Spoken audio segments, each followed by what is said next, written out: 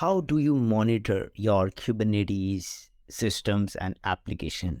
What tools are you using for that?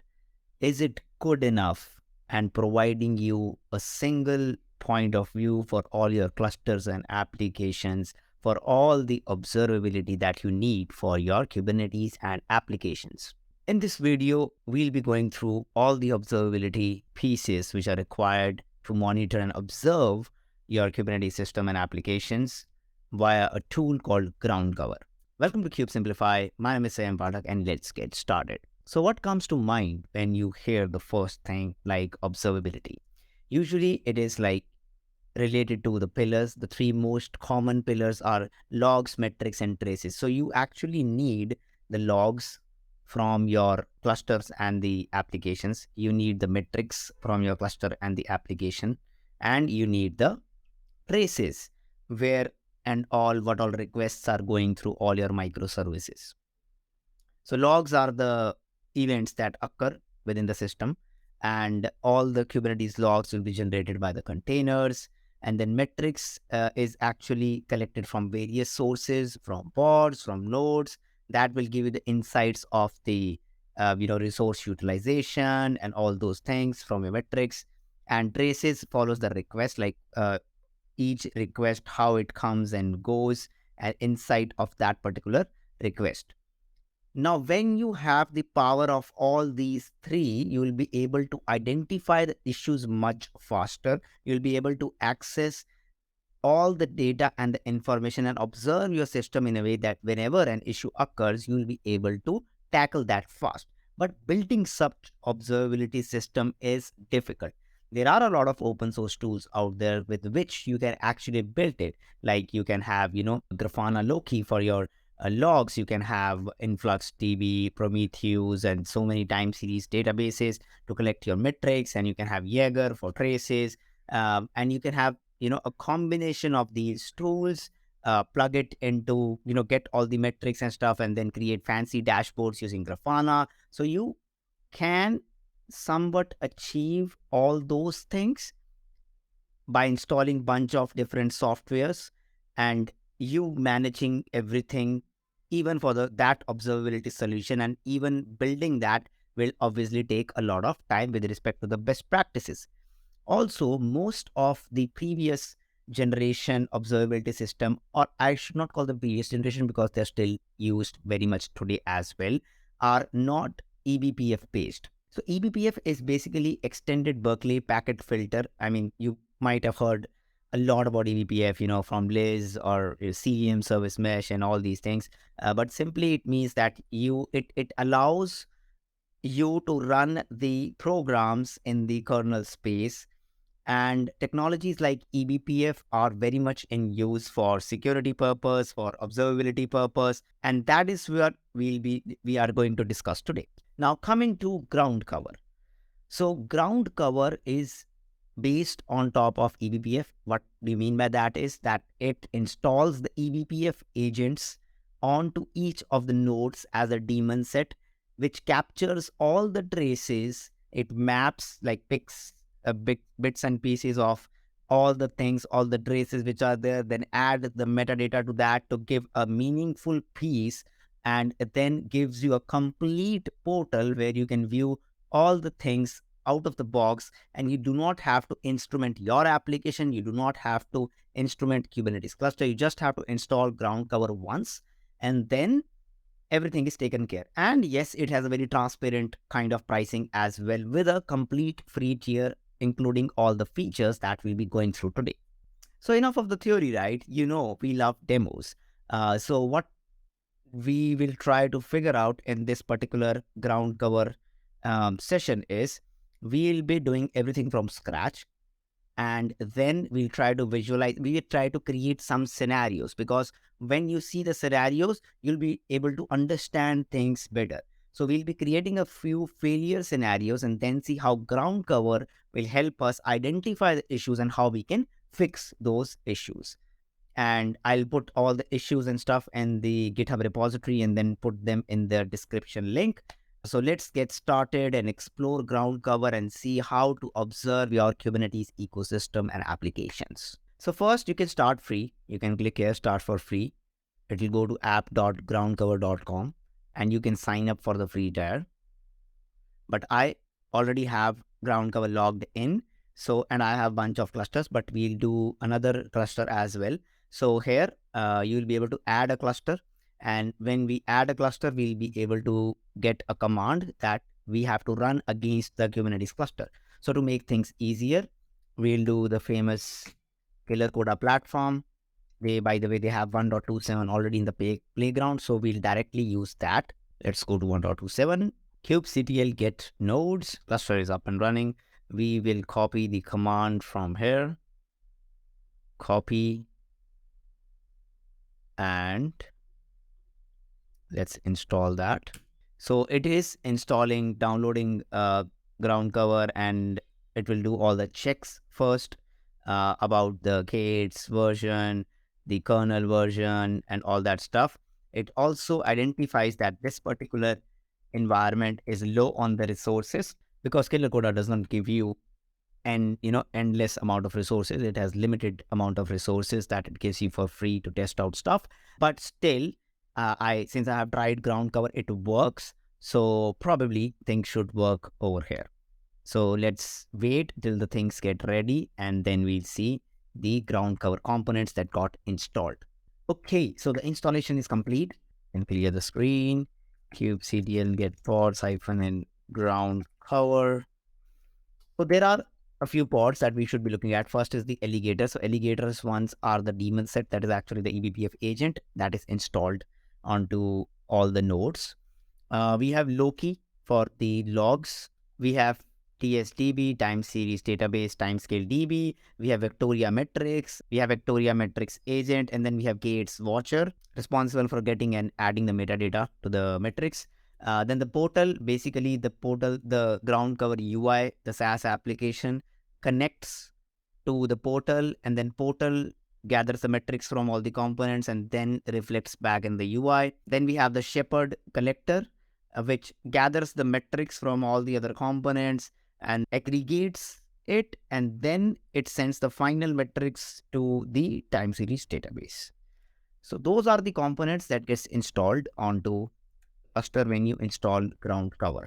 So their eBPF agent is called Flora. I will talk about that as well, like why it is very interesting to see the performance metrics for Flora as well. They have done some benchmarking. I'll show you that blog as well and put that in the description. So let's do now git clone of a repository that I have created with some common fail scenarios that you can also use. We have these, and let's go to the here. So congratulations, our cluster is ready, and we can choose that cluster. So you can see our cluster is up and running.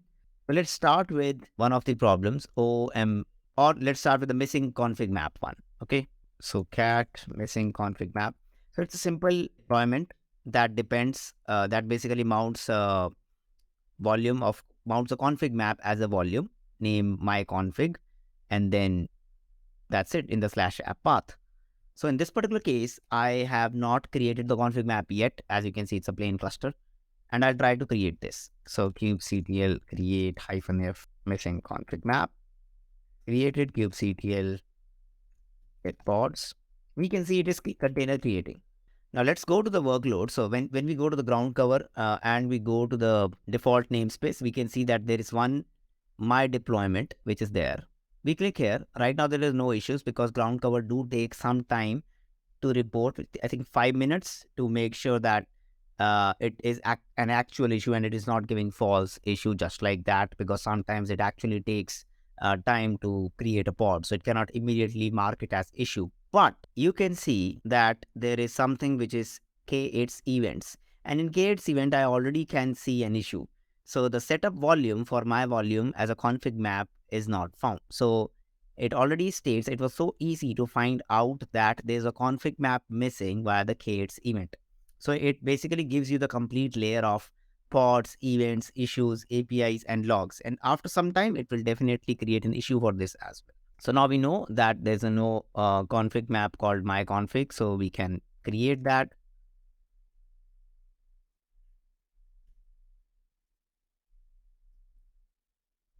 After creating the config map, you can see that in some time it got into the running status, and very soon it will be updated here as well with respect to the K8s event that we have everything which is running. You can see the events have been immediately pushed to the UI, which is here, and we can see pod 1 out of 1. By the way, there is no data that leaves your cluster. So all the data that is there lives in the PVCs which are there, and you can, increase their volume size and stuff like that so that you know where it is. So it it ground cover only talks to the portal, and then portal talks to the data which is there, lives inside your cluster. So the data never leaves your cluster. So that was the first scenario. And I think in the first scenario, ground cover proved to be very successful. Let's keep moving. Now let's go to the OOMKilled demo. So this one is, again, I borrowed from Robusta. So shout out to them. Let's do kubectl create -FOM demo. It basically creates a job, kubectl get pods. So let's clear the screen, kubectl get pods, and we'll watch on that. So we can see that the OOMKilled job created a pod, which is now in running state. Now let's go here, go to the workloads and the default. And we can see that OOMKilled is here, and there is 1 out of 1 pods, which is perfectly running fine, which is good. Now in some time, it should give me an issue for OOMKilled error. And we can see that the pod is OOMKilled. Now let's go back and check if we are able to see the status. So we are here. It's not yet updated. Yes, the pod is 0 out of 1. There is no issue, as issues take generally 5 minutes time, which is fine, but it should at least give me any infrastructure details. Yeah, memory details look fine. So it gave me a spike that, it reached the defined limit. So it should have given the OOM error, but I do not see that. It just say that it is crash loop back off, and it does not give me OOM error. Interesting. So I know this has failed because ground cover has not been able to capture this particular scenario. And I have already given this to ground cover team, and they said that they'll be working on that. So, which is good because this is one corner case.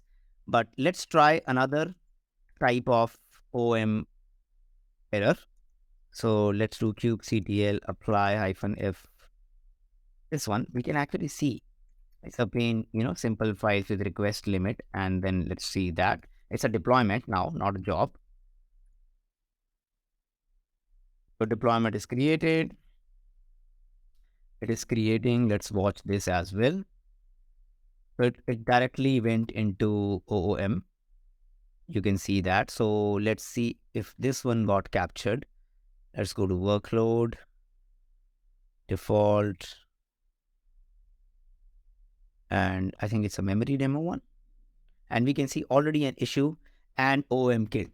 So basically, OOMKilled does get captured, but there is one corner case with respect to that job. So I think that particular job, when it is created as a pod, so it might not be able to capture that particular OOM error. But this one, you can see it is able to capture.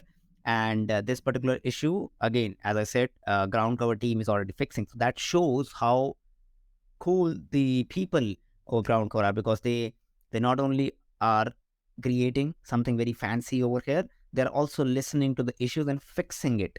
So basically, if I would have created this video in a couple of days, then they'll already release the fix out, and you can see the events and all that stuff.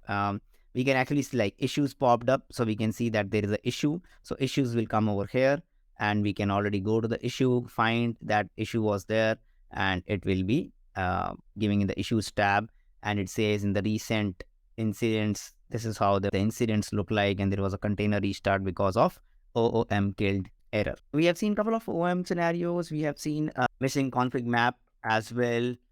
Now another interesting one that I want to show you is the deploy failure pod security YAML. For this, I already have a cluster. So let's go to one of my previous clusters, which is there. So we have the nodes, and this particular YAML file is basically just adding security context capabilities. Rest of the things you can ignore. So it is just a simple pod with a security context which is there.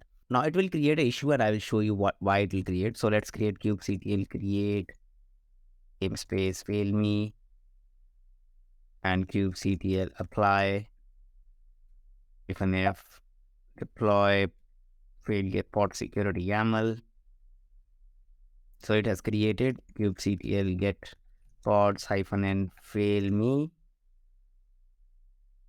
We can see there is nothing created in fail me. Okay, so there is nothing that is created in fail me. Now let's go here into the workloads and we can see there is nothing over here. Let's go to issues. These are actually the previous issues which are there, the OOM ones. Now let's go to the events, and in the events we are able to see very clearly we are able to see that it says that the deploy is forbidden because it violates the pod security baseline policy. So that is an issue actually, and it's very hard to find it at a first glance because you just created a simple deployment and you haven't, I mean, you don't know where the issue lies. Even kubectl get pods, you're not able to do that because else you could have described and do some level of debugging, but you are not sure. And in simply here, you can go to K8 events and you can see that, some level of information is already there and it clearly states the error as well, which is there. Now, what you need to do is just label the namespace. kubectl label namespace fail me with privileged.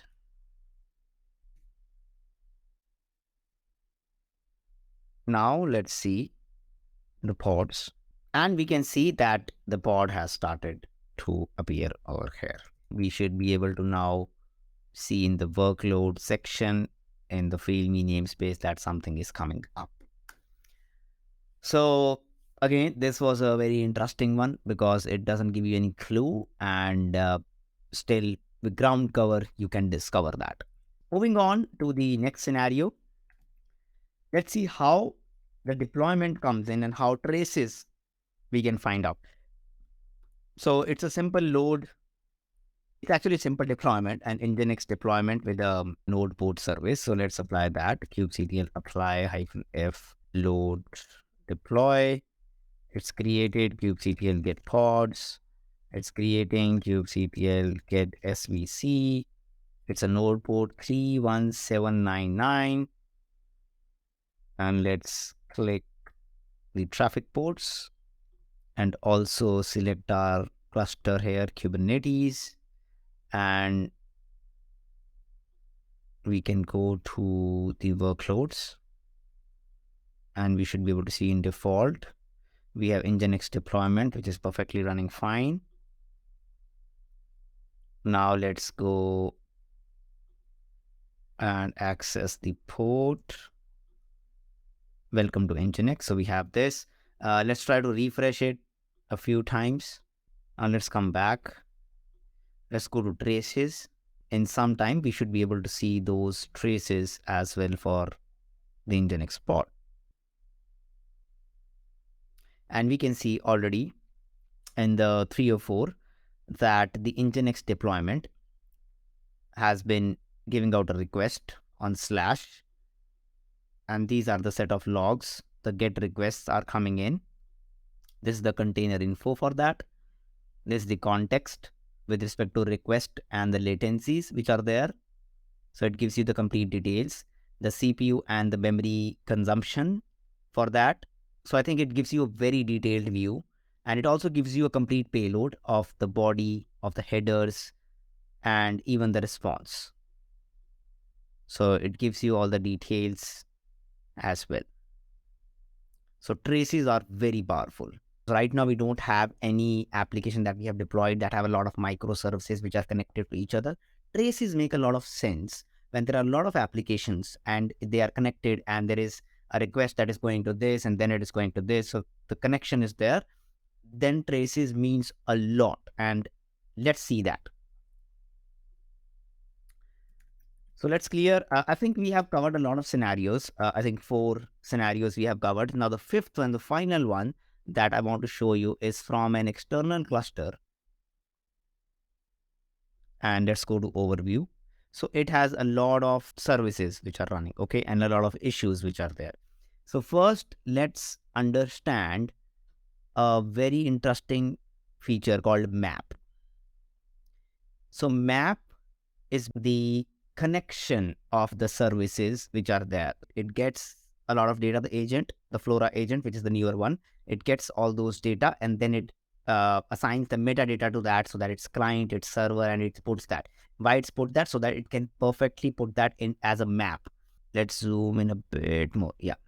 So you can see that there are a lot of services which are there. And then, for example, the subscription service or the media service.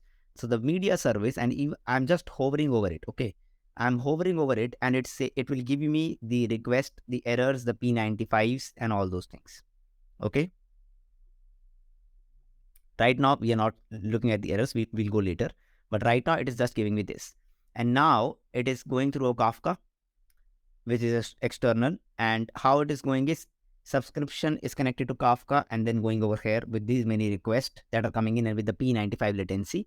And it also gives, like, this particular request is getting from ticketing, subscription, and then media, then favorites. So 1, 2, 3, 4, 5. So 5 types of requests are coming in.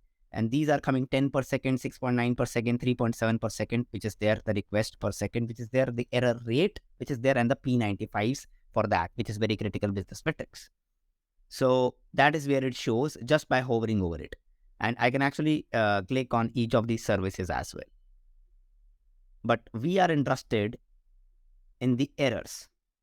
So let's look at some of the errors. So in this particular case, there is a service called user management service. Okay, it is trying to send a request and MySQL. So it is sending a request to MySQL, and then in the MySQL we can see there is an error rate of 40%, and there is a P95 latency which is mentioned, and requests per second which is there. Now for this particular errors, we can actually click on this little icon and it opens up in the new tab. It actually goes to that particular workload which is there. It opens this whole view. It shows the map over here. In that, you can see the issues. In the issues, you can see that there is an error with respect to all the user manager services which are related to MySQL, Postgres, and Redis. Now let's click on the Redis one. So Redis is sending these level of request.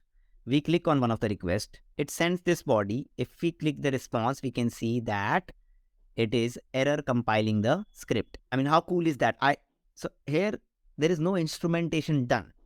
So let me show you very interesting thing. In issues, obviously in issues also you can see like 500 internal server error. These types of error are reported, like this particular is 500 error, and that's why it is being reported over here, and you can easily see. We can again go to issues and we can see OOMKilled, which we already saw. The eval one we have seen. Now let's see the 1064.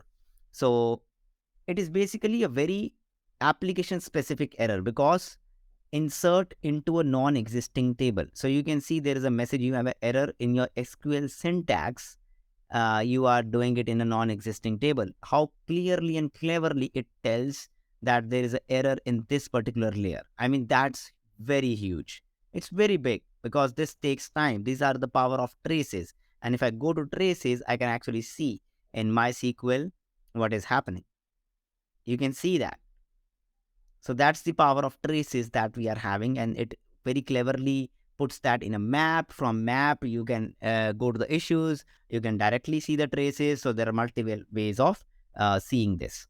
And when we go to the traces, we can actually see that there are different types of events that Groundcover automatically captures. Like the traces, it automatically captures. Like definitely the HTTP request, then it captures the DNS traces, then Kafka, Postgres, Redis, all these also it captures so that it can give you the most relevant errors with respect to all these traces that it has captured, and then provide you with the, the response and the status code, whatever that comes in. Then there is API catalog. API catalog also means like you have gRPC, Kafka, Postgres, Redis. So you can go to this. You can have all the details, error rate over here as well. You can see the error rates over here. You can, when you go over here, it automatically takes you kind of the same page that gives you that the payload, insert into, and the response with the error. Then you have the logs. So you have the logs generator. You can have logs by error, warning, info, and debug. You can filter by here. You can filter by formats like JSON format, error, filter by the workloads, filter by the pods, and you can also filter by the namespace and the containers. So you can see, insert related log is insert into user table. So it has very cleverly captured those, and the traces with respect to that as well is over here. K8s event is simply the Kubernetes events that are being captured over here. And then you have the fancy dashboards. There are some predefined dashboards that are there that you can have a look at, like Kubernetes related dashboards. These are basically the Grafana dashboards which are there. So, Kubernetes clusters, which is there, the resource intensive CPU, you can select the cluster from here, and then you'll be able to see, workloads, CPU usage by workload, memory usage by the workload, most memory intensive workload, and all these things which are there. And you can also have the alerts created based on, Loki, Grafana, and stuff like that. So you can set a Grafana managed alert, and you can give a specific query and stuff like that to create those alert as well. So for the plan, pricing for Groundcover is custom. So you have a free plan which is there, which is fully functional on a single clusters up to 3 user and online Slack support. It is completely free, and that you can use for personal kind of use. And then based on your usage and budgets, you can apply for a team plan where you can install all clusters in all environments with unlimited user and stuff. And then there is custom plan with SSO and RBAC and all those integrations as well with the SLAs defined by Groundcover team. Now, briefly, let's talk about one more thing, because I was telling about the agent that they have. Yeah. So they recently gave an introduction. I think at KubeCon, they launched Flora, the eBPF observability agent that was born to outperform. So I talked to the Groundcover team, and they said that, Groundcover was facing some of the issues when there was a lot of scaling with respect to their large enterprise customers. So that's why they redesigned their eBPF agent. So that's a completely new eBPF agent written from scratch, up and rising observability sensor, introducing, the Flora. You can read some of the concepts over here. Now they put it to test, setting up the benchmarks. And these benchmarks are really very interesting because they have tested against OpenTelemetry, Datadog, New Relic, and even I think Pixie agent. So you can see the baseline, and you can see the CPU utilization, and you can see where Flora fits in. So in today's kind of ecosystem, when you don't use eBPF for your observability agent, the agents consume almost all the memory. So it becomes very important that those agents, in this particular case, the Flora eBPF one, consumes as little memory as possible. So that's why they have created Flora. It requires a good kernel version as well, a specific kernel version that it checks when you install Groundcover. Then you can see the application memory utilization, which is there, and you can see Flora over here as well, outperforming all of the other one. And you can see the throughput where Flora actually tops it, outperforming Datadog by 3x. It's massive. It's really massive. So do read that. And one more thing that I want to cover in Groundcover is that they not only have the SaaS offering, they also have a good community. They also have open source projects where you can contribute to and learn from and implement them. So Groundcover GitHub, when you go here, they have two projects, two very interesting projects. One is Caretta and one is Murre. Murre is an on-demand scalable source of container resource metrics for K8s, and Caretta is instant service dependency map right into your Grafana. So you can see that the instant K8 service dependency map, that's how the dependency map is there. And In some ways, I think they use this particular thing in their map feature in their SaaS offering. So it is a standalone tool and it also leverages eBPF to map all the service network interactions with Kubernetes cluster, and you can visualize and collect the data from there. And for your murre, so you can see that on-demand metrics at scale. So murre namespace demo ng, and you will be able to see all the metrics from that CPU and memory utilization. So basically, why murre? Because it is on demand and it fetches the CPU and memory directly from the kubelet. So I wanted to quickly touch on these two projects as well, so that people who are, who wants to contribute to open source or even learn from some of the eBPF tooling can have a look at Caretta and Murre. Caretta is actually having 1.3K GitHub stars as well, which is fancy. So all in all, this is what Groundcover was, in my opinion. I covered in this particular video about observability, metrics, logs, traces, why it is important, why eBPF is very critical when it comes to observability, how Groundcover is acting as a complete end-to-end solution, providing you the complete observability for your infrastructure, Kubernetes infrastructure, and how you can, with various scenarios, actually see Groundcover in action. So you can try those scenarios on your own. I will link the GitHub repository as well. And in my opinion, yes, Groundcover is pretty cool. There might be some corner cases like we just found out in this particular video as well. Actually, I found out before, which I've already told to the Groundcover team. So we can always find some scenarios and tell them to the Groundcover team, and I'm pretty sure they are pretty quick in fixing the stuff. They are building something pretty cool out there. Make sure to try Groundcover out and join the community for their open source project as well to see how you can contribute to those projects as well. Happy ground covering your Kubernetes workloads, information, and observe them to the highest extent possible. If you like the video, do try out Groundcover. Pretty interesting stuff that they are doing in the observability space, I would say, with respect to eBPF as well. Do the regular stuff, okay? Liking the video, subscribing to the channel, sharing it with your friends, trying out Groundcover, shouting out on Twitter that you have tried out all those fancy things which are there. You have to do that. Thank you so much for watching this video. And once again, thanks to Groundcover for creating this and letting me know about this particular tool and giving their engineering time to listen to my queries and feedback. Thank you so much, and see you in the next video.